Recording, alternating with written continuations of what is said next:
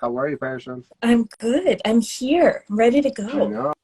know. Always appreciate you taking time out of your valuable schedule to educate us on the latest news coming out of Iran. So let's jump to it. It's day 207. It's insane every time I see the numbers here. Iran's president is shuffling his cabinet members around because of dissatisfaction with the government who got moved around. Yeah, apparently things aren't going well in Iran. I don't Well, know if he's heard or if anyone's heard, inflation is super high. There are protests. People are, on poverty levels over 50%. But yeah, let's shuffle two guys around.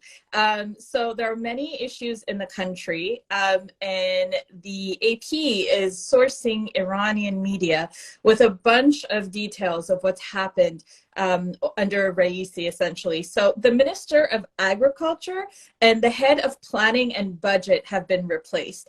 The AP article also says that earlier this month, Raisi dismissed the education minister after a delay in payment to teachers. Meanwhile, the delay in payment to teachers has been going on for over a year. Teachers have been protesting for over a year, but only now is, the education minister getting fired. So the article also says that inflation is at nearly 50%, which has contributed to widespread anger against the government. But again, there's more anger than just that against the government. The AP is like missing a huge chunk of the story, and there are also no words. So usually when cabinet ministers, regardless of what country you're in, when ministers get shuffled around and new individuals come in, there's usually a plan that's put forward. It's like, okay, well, that guy didn't do the job, so we're getting this guy to do the job because X, Y, and Z. Well, the other guys got the sack. New guys are in a position. We still don't have a plan. We still don't know what's going to happen. We still don't know how the problems for Iranians are going to get solved. So that's what's going on in the government in Iran, the Iman. president just keeps on pointing the fingers at other people instead of taking responsibility for taking the country down to an abyss. It appears that there are several countries joining hands and unifying against the U.S. Which countries are involved, and how does the Islamic regime fall into this? So it's really important for anyone following the stories about Iran to kind of get into the geopolitics of it, because a lot of it is coming into play. So there are several countries that are joining hands to rally against the US. So as we know, the dollar is essentially the world standard. It's what everything gets exchanged in. Well, couple of countries want to change that. So American folks, watch out. Do not turn your back or your heads to this story, because it's huge. Now, these nations, if you're following the story, you'll be familiar with this term. The term is called BRICS. Now, BRICS is an acronym for Brazil, Russia, India, China, and South Africa. These are the countries that have joined ties, essentially. These are extremely wealthy nations who have a lot going for them, and basically they have a lot of power and they have a lot of leverage, and they've basically banded together to change the standards and essentially the ruling nation of the world.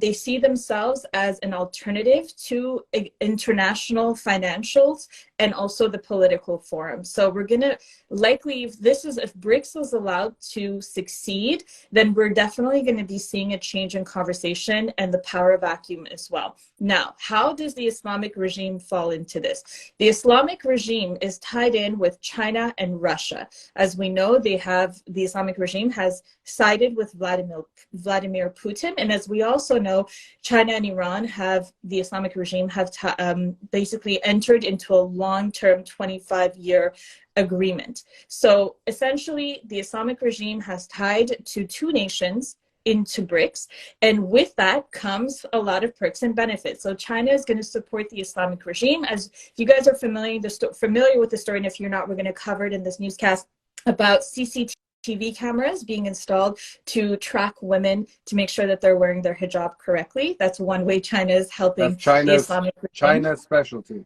Absolutely. Absolutely. And there's another way where China is helping the Islamic regime, and that's basically to help build its relationships with its neighbors, and basically fostering an agreement between Saudi Arabia and the Islamic regime. I know we discussed it on our news segments a couple of weeks ago, and finally it's coming to fruition. The Islamic regime's representatives are currently in Saudi Arabia right now discussing when they're going to reopen the Iranian embassy in Saudi Arabia, right, like literally it's happening. We weren't sure if it was, but it's happening. They're reopening the embassy in Riyadh, and they're opening a consul general in Jeddah. So since a while ago, this, you know, the relationships were frozen because of terrorist activities between the nations, and it seems like they're letting bygones be bygones. The bullies of the playground tagging up even more. Speaking of playgrounds, more school poisonings. Absolutely. Unfortunately, Kermanshah, Isfahan, Amol, Tehran, the list is long. There have been over 250 chemical attacks since November 2022. And we're not seeing an end in sight. What we are seeing now is that the Islamic regime has given instructions to national media for them to not cover this story. So media inside Iran has been giving specific instructions to not discuss this, which means that the stories that are coming out are really the incredible, brave civilians who are willing to share these stories. So it is our responsibility to continue being their voice. Please do. They're very difficult images to share because obviously there's children involved, but we also have to remember that using chemical gas in war is illegal. Like it is a crime. Like the world condemned Saddam Hussein for using chemical gas, and now the Islamic regime is using it on its own people, and the world is silent, the UN is silent, UNICEF is silent, and we need to continue being the voice of our people. It's extremely terrifying. And there's also, to anyone following the story, there's also audio of a school principal threatening family members, because a lot of individuals are no longer sending their daughters to school out of fear of what could happen to them. Because we have to understand, we don't know what this gas is. We know that individuals are choking, but we don't know what the long-term effects are. So there are parents who are just choosing not to send their children to school. And there is an audio of a school principal threatening those families, saying that there will be repercussions on you and your child if your child does not come to school. So it's a really terrifying situation to be in, especially because nobody is covering it. Please do continue sharing the story when it comes across your feed. Do you or does anybody who's watching know where the headquarters for UNICEF is, or United Nations in New the York. US? New York? Well, in North America, it's New York. And then the other one is in Brussels. That's where they have their meeting. I mean, it's really crazy. I feel like if all Iranians in the US want to make a powerful move, like we need to kind of like make some noise outside of those buildings, you know? Perhaps something to kind of consider, because they've been truly silent. Art by Noli says UNICEF is a joke. Absolutely right. No, it is, but I'm just saying, like, maybe like just kind of causing a ruckus over there will help. I don't know. It's insane that these organizations that are supposed to be fighting for human rights are doing anything but. At the same time, Imanjun, we have to remember that there is a report in Psychology Today that came out saying that this is mass hysteria, that article had been taken down. There was a statement made, but the writer of that article is standing by what they wrote, and they're trying to get that republished. This is not mass hysteria. This is individuals who are being affected, individuals dying. The school children in Iran are getting gassed. This is not mass hysteria. It's an important story that must continue to get shared. Like, imagine that you're writing a story about this and all you can say is this is mass hysteria. Like, it's like you're better off just not even writing. Let's talk about hijab enforcement. The topic isn't going away, and it seems to be getting worse every week. Yeah. And Iranian Shizan are continuing to disobey the laws all over the country. We see the videos, we see the pictures on social media. The latest news is that the government officials have basically told women that if they do not abide by hijab laws, they will not have access to the subway system.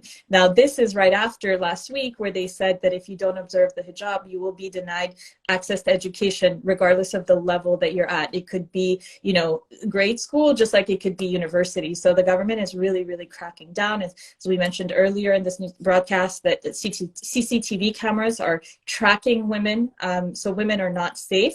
Perhaps there's no more, you know, the little white and green cars, Gashte Irshad morality police going around arresting people. No, they're tracking people by their face, by their cameras, and directly going to their homes to make, you know, arrests. Also, there was another report about mullahs requesting that neighbors report neighbors. If you see your neighbor not observing the hijab correctly, you should be reporting them. That's another thing the Islamic regime is trying to do. Shops and restaurants are being closed down if they accept patrons who are not observing the hijab correctly. And we have seen individuals, there was a video that went viral of a man throwing yogurt on the head of two women who were not observing it. The shop owner came to their defense and the shop was closed down. So let's please continue sharing this post for the love of everything good. Cover the people's faces. If you see individuals and you're sharing their stories, it's one thing for them to uncover their faces, but we don't want them to be targeted. So please put a heart, put an emoji, put something. In sharing their stories, maybe they didn't have the means or the methods to cover their own faces, but if we're sharing the stories, let's please not put them in great harm's way. Let's please cover their faces. Yeah. I'm going to give a shout out to my friend Donya Zirak, who's here. First of all, she said Taliban did the same thing years ago to stop girls from going to school. And also, Donya has been working really, really hard and having a lot of great conversations in Persian. So I highly encourage you to follow her. She also is part of the podcast with a group of Houston Iranians that I was a guest on a couple months ago. So we all, ladies and gentlemen, for those of you watching, everybody else that's participating in the chats, consider everybody as a family, follow each other, support each other. Get educated from each other, and Donya for sure is one of those people that you're going to benefit joining her community. Parish, and before we go into the list of protesters and detainees we wanted to highlight this week, can you please talk a little bit about Mojahed Kurkur, whose life is at risk in the most horrific of circumstances? For our listeners who are not familiar with the story, back in November, the IRGC opened fire on a car. The car contained a family. It was a father, a mother, and a child. 10-year-old Kian Pirfalek was shot and killed. The story still gets to me all these, months later. If you follow his hashtag, this sweet little innocent boy absolutely killed for no reason. His father is now wheelchair bound. His mother has been deprived of her job for basically speaking out about what happened. The IRGC has been passing the blame for this senseless murder on to protesters. So they caught some protesters and they're basically turning them into scapegoats. The protesters are Mujahid Kur, who's one of them, Human Said Ali and Bahman Bahmani, we've been mentioning. Basically, they're the scapegoats. They have been tortured into making false confessions. Mujahid Kurkur, his false confession was aired on Iranian national TV. Let's please use his name, use his hashtag, make him famous to save his life. We've been talking about that for months, but it's extremely important that we do that. And especially, we have to remember Kian's father witnessed the crime. He was there. He's still alive to talk about it. And he has made a video saying that these individuals did not kill his son and he knows who did. So let's please, we're going to talk about protesters and detainees, but it's really important. Mujahid Kurkur, Homan Said Ali, and Bahman Bahmani. Let's please keep their names out there. Let's get to the protest of detainees. We got 4 more minutes, so we got to go through these quickly. Let's go. Yeah, I'm going to try not to get emotional over this one because it was a hard one. I don't know if you heard this story. Came out in the U.S. Sun. It's a horrific story about a 70-year-old grandmother. She's a human rights activist and a leader in the Baha'i community. Sorry. Her name is Mahfash Sabit Shahriyari. And interrogators at Evian, keep in mind she's a 70-year-old grandmother. During her interrogation, they broke both her knees under torture.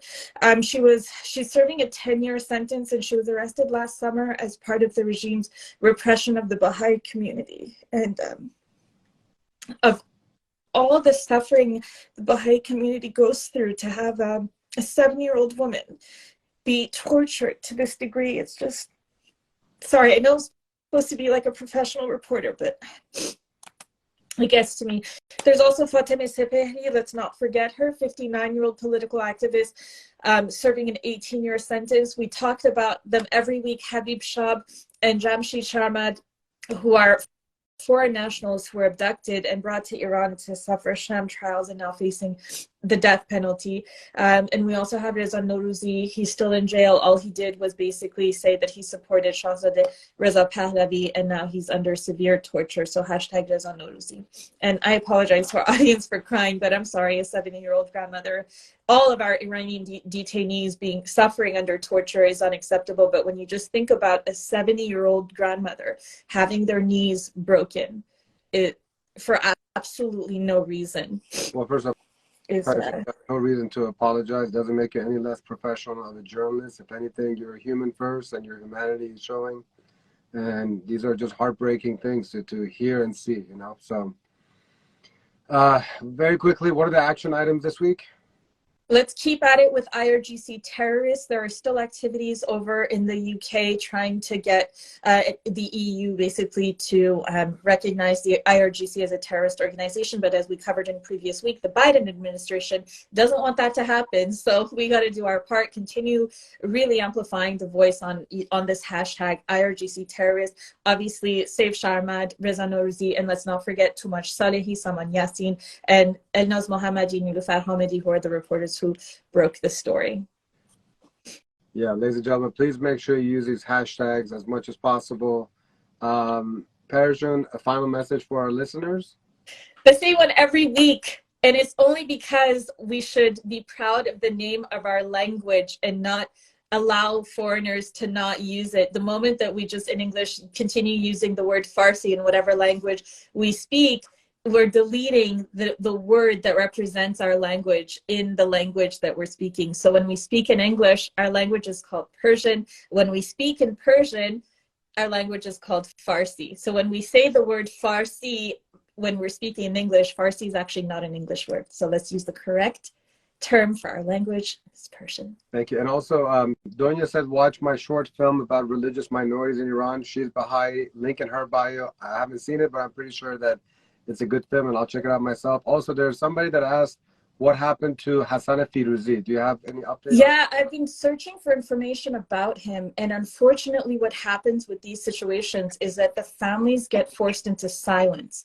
So it's extremely hard to get follow-up stories that are completely accurate because the families' lives are being threatened. And so many people, if you read their stories and you follow the trails, they're saying so many members of our families have ended up in jail because we were just asking about the state of our loved ones. So Hassan Firouzi is one of them. He's actually a really heartbreaking story that I tried to find information on, and unfortunately I haven't. So if you come across it, please let me know. We'd all love an update on him. All right. Thank you, Paris. Sure, appreciate you jamming all that into a little amount of time. And again, appreciate you going through all the emotional turmoil to having to dig up these stories and sharing them. We appreciate you.